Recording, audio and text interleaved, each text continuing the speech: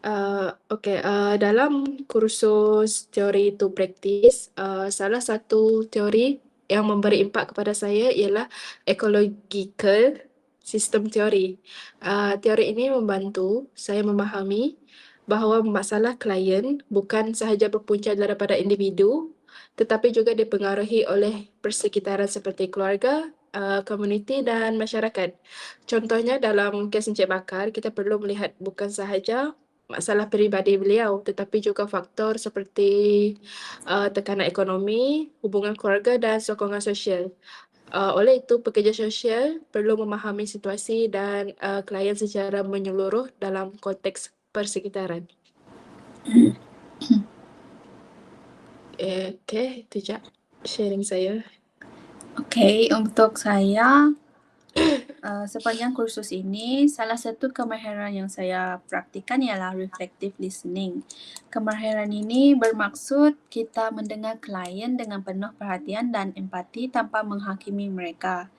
Jadi, melalui kemahiran ini, saya belajar untuk memahami perasaan dan pengalaman klien dengan lebih baik. Sebagai pekerja sosial, kita juga perlu mengamalkan nilai self-determination, iaitu menghormati hak klien untuk membuat keputusan sendiri mengenai kehidupan mereka dengan menggabungkan kemahiran mendengar secara reflektif dan menghormati pilihan klien. Hubungan antara pekerja sosial dan klien dapat dibina dengan lebih baik. Itu saja dari saya.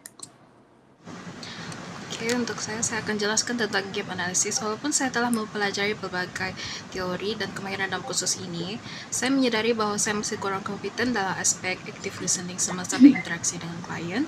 Kadang-kala saya terlalu fokus untuk memikirkan respon atau soalan seterusnya, sehingga tidak memberi perhatian sebenarnya kepada apa yang klien cuba sampaikan. Oleh itu, saya berharap dapat meningkatkan kemahiran active listening melalui latihan praktikal, refleksikan diri, dan pengalaman bekerja secara langsung dengan klien pada masa hadapan supaya saya dapat memberikan sokongan yang lebih empati dan berkesan. Itu saja dari saya. Sekian, terima kasih. Bagi saya, jurang yang perlu diperbaiki ialah keyakinan dalam mengendalikan emosi klien semasa sesi intervensi lah.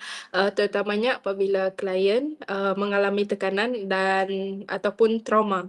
Jadi saya berharap dapat meningkatkan kemahiran ini melalui latihan praktikal. Itu je dari saya.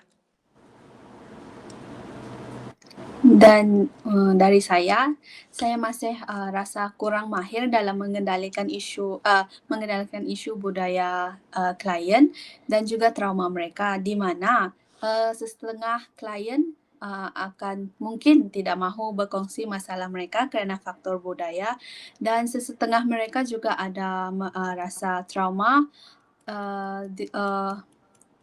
dengan latar belakang mereka atau dalam keluarga mereka. Jadi oleh itu, saya perlu meningkatkan kemahiran komunikasi dan memahami budaya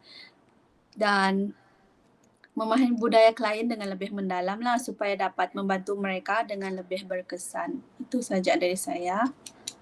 Terima kasih. Terima kasih.